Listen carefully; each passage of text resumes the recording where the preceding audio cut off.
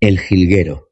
Ese pequeño acróbata de alas doradas y rojo carmesí que ha acompañado la imaginación humana desde hace siglos, encerrado en jaulas de la nobleza europea, cantado por poetas y hoy transformado por la paciencia y la genética de miles de criadores en todo el mundo en una explosión de colores que la naturaleza jamás produjo por sí sola.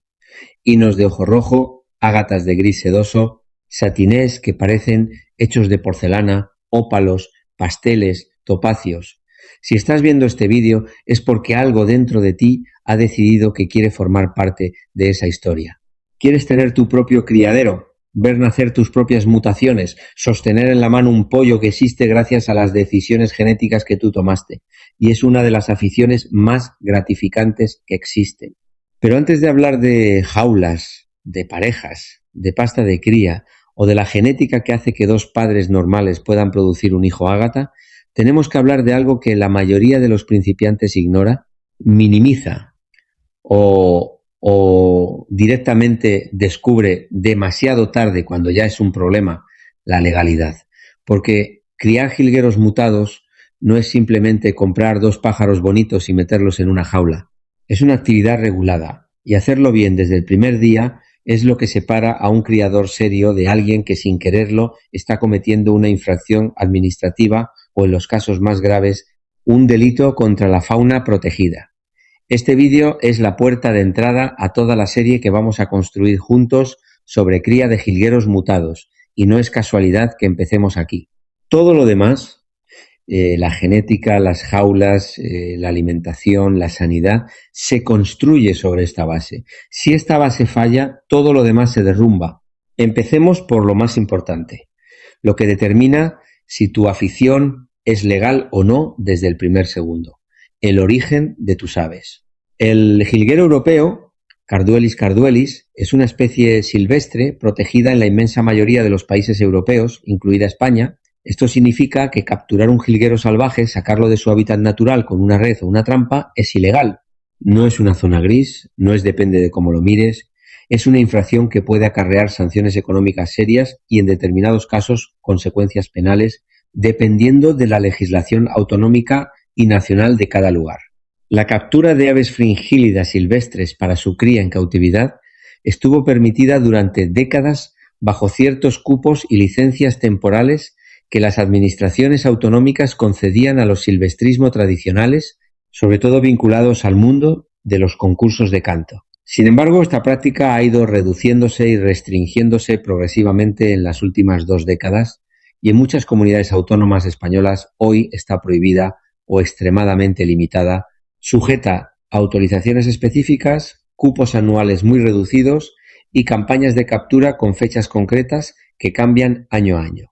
La razón de fondo es la protección de las poblaciones silvestres, cuyo declive ha sido documentado en numerosos estudios ornitológicos en toda Europa, motivado por la pérdida de hábitat, el uso de pesticidas que reduce la disponibilidad de semillas silvestres y, precisamente, la presión histórica del comercio y la captura ilegal. Esto nos lleva a la pregunta que de verdad importa para nuestra afición. Si no podemos ni debemos capturar aves silvestres, ¿de dónde salen los jilgueros que vamos a criar? La respuesta es sencilla y es la que define toda la cría responsable moderna de otros criadores. De ejemplares que ya nacieron en cautividad, hijos de padres que también nacieron en cautividad, en una cadena que se remonta a décadas de trabajo genético controlado por aficionados y asociaciones de canaricultura. Este es el pilar fundamental que tienes que interiorizar antes de comprar tu primera pareja. Un jilguero de cría en cautividad certificada no es lo mismo que un jilguero salvaje, aunque genéticamente sean la misma especie. La diferencia legal entre ambos la marca un objeto pequeño, barato y absolutamente crucial: la anilla. Hablemos de la anilla, porque es el documento de identidad de tu ave, literalmente. Una anilla de cría en cautividad es un anillo metálico o de otro material resistente que se coloca en la pata del pollo cuando tiene apenas unos días de vida, en una ventana muy concreta de tiempo, normalmente entre el 5º y el 9º día después de la eclosión, dependiendo del grosor de la anilla y del tamaño de la pata del ave en ese momento. La anilla se desliza sobre las 4 puntas de los dedos del pollo mientras estos siguen juntos y flexibles, y una vez el pollo crece y el dedo posterior se desarrolla completamente, la anilla queda fija en la pata de forma permanente. No se puede quitar sin cortarla y no se puede volver a poner una vez el ave ha crecido. Este mecanismo es precisamente lo que hace de la anilla una prueba fehaciente de que el ave nació en cautividad. Es físicamente imposible anillar así a una ave adulta capturada en libertad. Si ves un jilguero adulto sin anilla o con una anilla que parece haber sido forzada o cortada y vuelta a unir, estás ante una señal de alarma clara de que ese ejemplar puede proceder de captura ilegal. La anilla no es solo un trozo de metal, es un documento con información grabada que cualquier inspector de medio ambiente, agente de la autoridad o veterinario puede leer e interpretar. Habitualmente incluye el año de nacimiento del ave, unas siglas que identifican al país, y en muchos casos a la federación o asociación ornitológica a la que pertenece el criador y un número de identificación único que corresponde a ese criador y a esa ave en concreto. En España, las anillas oficiales suelen emitirse a través de federaciones de canaricultura reconocidas, que a su vez están federadas a nivel nacional y en muchos casos vinculadas a organismos internacionales de la afición como la Confederación Ornitológica Mundial. Cuando te das de alta como criador, la federación correspondiente te asigna un código de criador único y cada año, antes de la temporada de cría, tienes que solicitar el lote de anillas que vas a necesitar en función del número de parejas y de la previsión de pollos que esperas obtener. Este proceso normalmente requiere que estés dado de alta como socio de la federación o asociación, que pagues una cuota anual y en muchos casos que declares las parejas o el número de jaulas de cría que tienes en tu instalación. Aquí es donde muchos principiantes cometen su primer error. Piensan que anillar es opcional o que total, es una afición, no un negocio. ¿Qué más da? Pero incluso si tu intención es puramente recreativa, sin ánimo de venta, la anilla sigue siendo tu prueba legal de que ese ave nació en cautividad y no fue capturada del monte. Si en algún control, ya sea en una exposición, en un mercado de aves o incluso en un control rutinario, si tienes muchas jaulas, no puedes demostrar el origen legal de tus aves, la administración puede considerar que están en tu poder de forma irregular, con las consecuencias que eso conlleva, desde el decomiso de los ejemplares hasta sanciones económicas, dependiendo de la gravedad y de la comunidad autónoma, pueden ir desde varios cientos hasta varios miles de euros. Y, ojo, esto no es alarmismo barato para asustarte, es simplemente cómo funciona el marco de protección de fauna en la mayoría de los países europeos, y quiero que entiendas esto no como un obstáculo, sino como la razón de ser de nuestra afición. Los criadores responsables somos, en gran medida, quienes garantizamos que estas líneas genéticas de mutaciones tan hermosas puedan seguir existiendo sin necesidad de seguir extrayendo un solo ejemplar más del medio natural.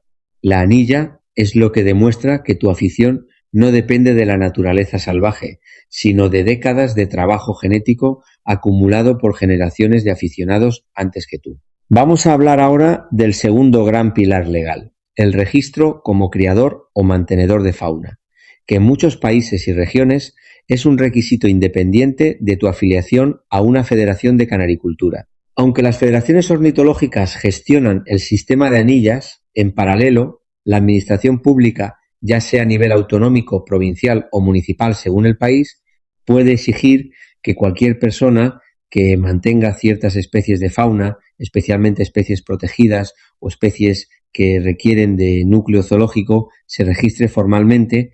Este concepto de núcleo zoológico es especialmente relevante en España. Se trata de un registro oficial que las comunidades autónomas exigen a cualquier instalación donde se mantengan, exhiban, críen o comercialicen animales, y aunque originalmente estaba pensado sobre todo para explotaciones comerciales, zoológicos, tiendas de mascotas o núcleos de cría profesional, en algunas comunidades autónomas y bajo ciertas circunstancias también puede aplicarse a aficionados con un número significativo de jaulas de cría, especialmente si superan un determinado número de parejas reproductoras o si existe intención de venta, aunque sea ocasional. La normativa exacta varía muchísimo de una comunidad autónoma a otra en España y varía todavía más si estás viendo este vídeo desde otro país de habla hispana, ya sea México, Argentina, Colombia o cualquier otro lugar donde la legislación de fauna silvestre y protegida tiene sus propias particularidades, sus propias listas de especies protegidas y sus propios organismos reguladores.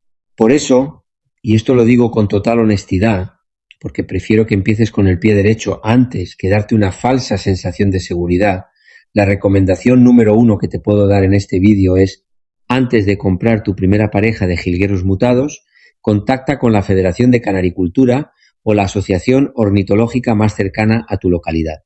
Ellos conocen al dedillo la normativa específica de tu región, porque llevan décadas lidiando con ella y te van a poder decir exactamente qué papeleo necesitas, qué anillas debes solicitar, si necesitas núcleo zoológico o no en tu caso concreto y qué documentación tienes que llevar contigo si algún día vas a una exposición o feria con tus aves. Este paso, que parece burocrático y aburrido comparado con la emoción de elegir tus mutaciones favoritas, es en realidad el cimiento sobre el que se construye toda una afición tranquila y sin sobresaltos. Quiero detenerme un momento en algo que genera mucha confusión entre principiantes. La diferencia entre el jilguero europeo puro, Carduelis carduelis, y sus híbridos con canario, conocidos popularmente como mixtos o híbridos de jilguero por canario. Ambos entran en el mundo de la canaricultura, pero desde el punto de vista legal y de anillamiento tienen consideraciones distintas. El jilguero puro, al ser una especie silvestre protegida, tiene todo el marco legal que acabamos de describir, centrado en garantizar su origen de cautividad. El híbrido, al mezclar jilguero con canario doméstico, que no es una especie protegida sino una especie completamente domesticada desde hace siglos, tiene un estatus legal distinto en muchos países, generalmente más flexible, aunque sigue requiriendo anillamiento para las exposiciones y competiciones oficiales de la Confederación Ornitológica Mundial y sus federaciones nacionales. Si tu intención, como mencionaste, es centrarte específicamente en jilgueros mutados puros, es decir, jilgueros europeos con mutaciones de color fijadas genéticamente, pero sin mezcla de canario, entonces te aplican con todo su rigor las normas que hemos descrito sobre el jilguero como especie protegida.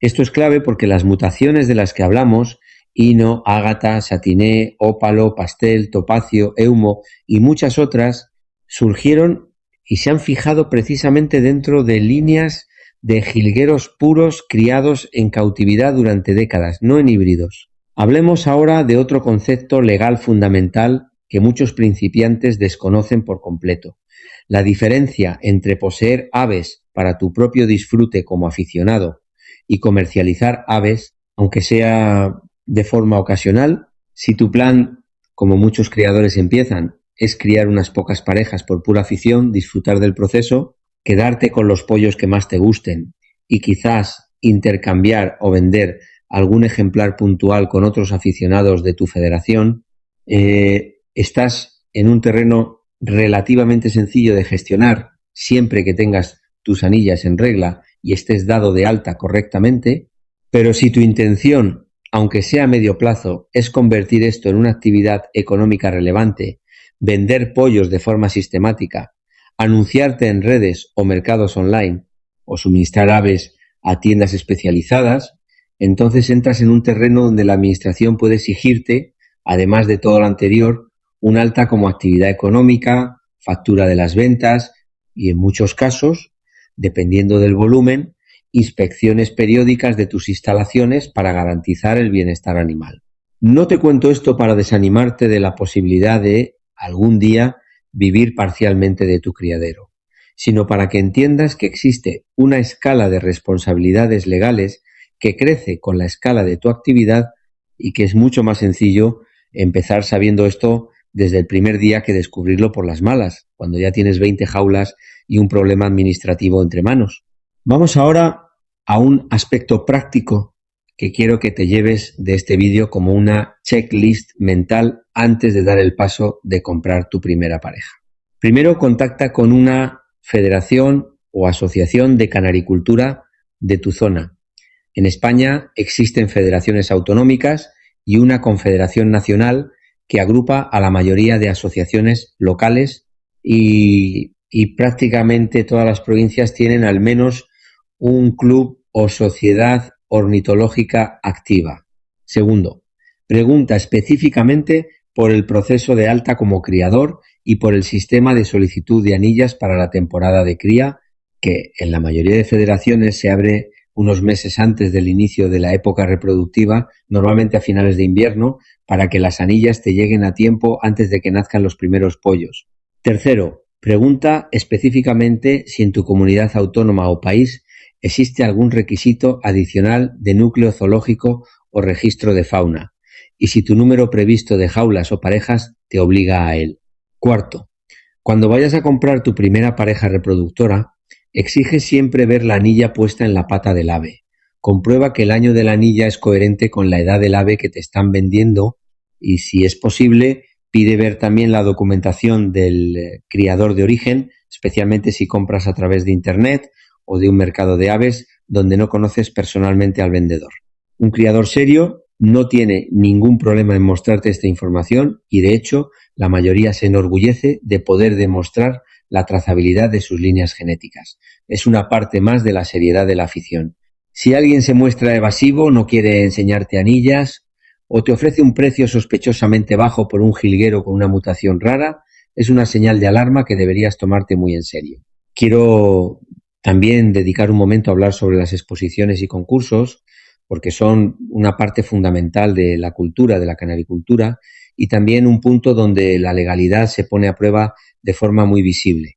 Las exposiciones organizadas por federaciones y asociaciones de canaricultura son, en muchos sentidos, el escaparate de todo el trabajo genético que los criadores llevan haciendo durante años. Se presentan ejemplares de distintas mutaciones, se juzgan según estándares de plumaje, color, postura y condición física, y se conceden premios que, más allá del reconocimiento deportivo, funcionan como un sello de calidad genética que puede influir en el valor de futuras crías de esa línea.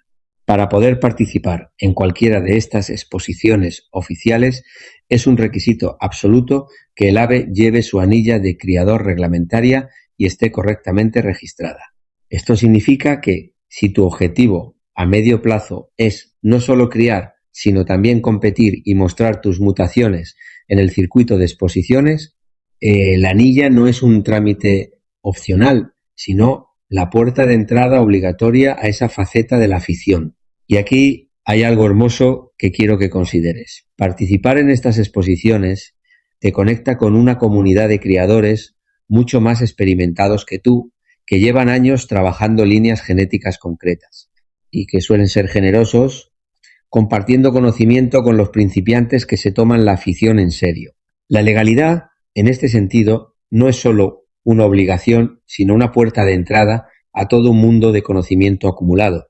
Ahora bien, hablemos de las consecuencias reales de no hacer las cosas bien, porque creo que es importante ser honesto sobre esto sin caer en el catastrofismo.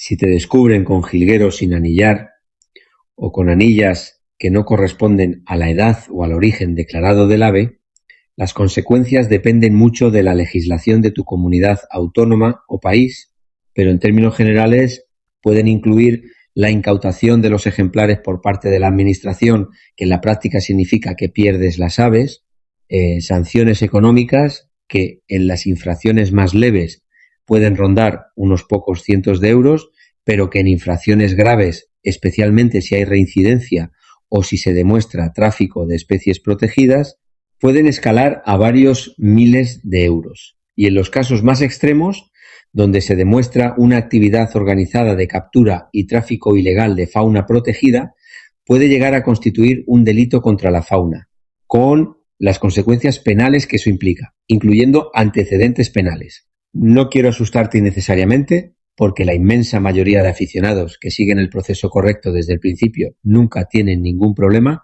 y, de hecho, la afición de la canaricultura está absolutamente normalizada y respaldada institucionalmente a través de sus federaciones. Pero sí quiero que entiendas que el pequeño esfuerzo inicial de hacer el papeleo correctamente es infinitamente más sencillo, más barato y menos estresante que lidiar con las consecuencias de no haberlo hecho.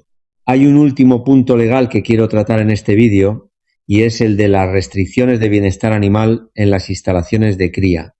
Independientemente de la anilla y del registro como criador, la mayoría de legislaciones europeas y de muchos países latinoamericanos establecen requisitos mínimos de bienestar animal para cualquier animal mantenido en cautividad, y las aves no son una excepción.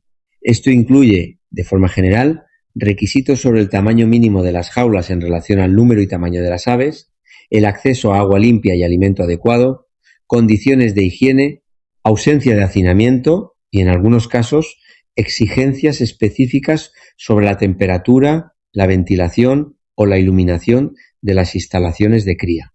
Aunque hablaremos de las instalaciones en detalle en un vídeo específico de esta serie, quiero que quede claro que el bienestar animal no es solo una cuestión ética, que por supuesto lo es y es la razón por la que la mayoría de nosotros amamos esta afición, sino también un marco legal que puede ser inspeccionado, especialmente si tienes un número relevante de jaulas o si en algún momento un vecino o visitante presenta una queja ante la administración.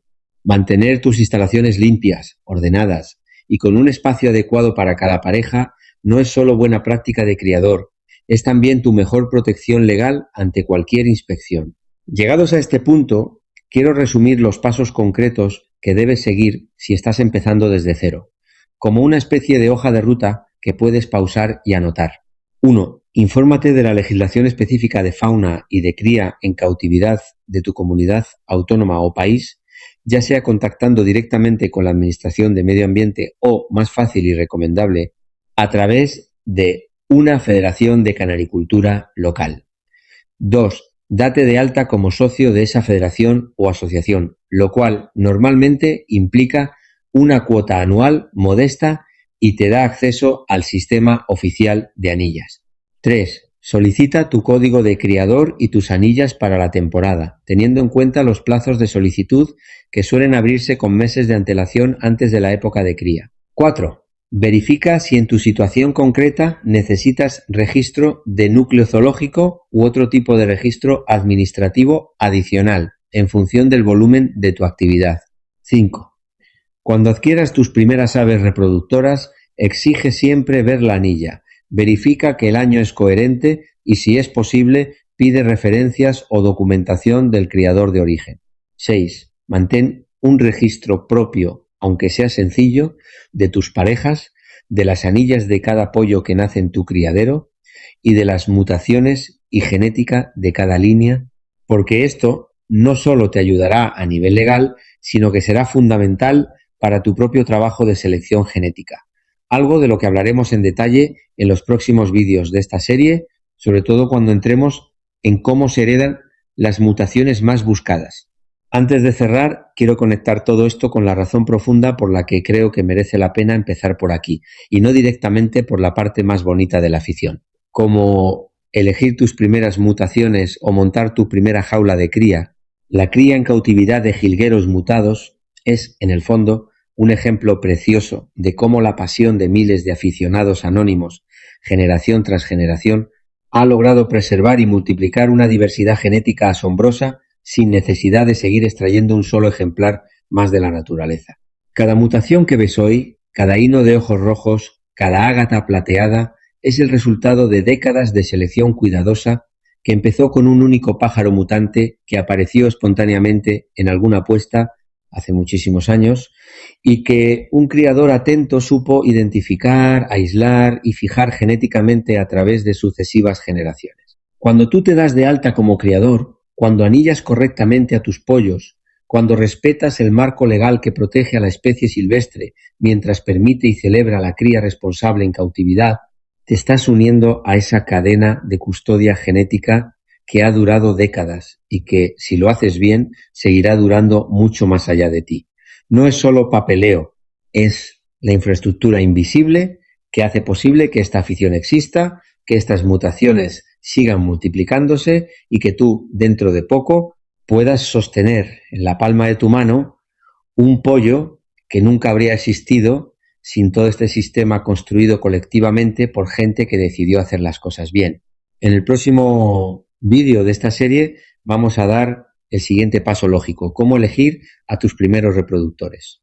Hablaremos de qué buscar en un jilguero mutado antes de comprarlo, qué defectos evitar, cómo detectar signos de buena salud y cómo empezar a pensar, aunque sea de forma básica, en la genética que hay detrás de cada pareja que consideres formar para que tu primera cría tenga las mejores probabilidades de éxito posible. Si este vídeo te ha ayudado a entender por qué la legalidad es la base de todo, y si tienes preguntas sobre tu caso concreto, tu región o tu situación particular, déjalas en los comentarios. Leo todos los comentarios y muchas de las dudas que planteéis servirán para dar forma a los próximos vídeos de esta serie. Dale like si te ha parecido útil, suscríbete si quieres acompañarme en la construcción vídeo a vídeo de una guía completa y responsable sobre la cría de jilgueros mutados, y nos vemos en el próximo capítulo de esta serie.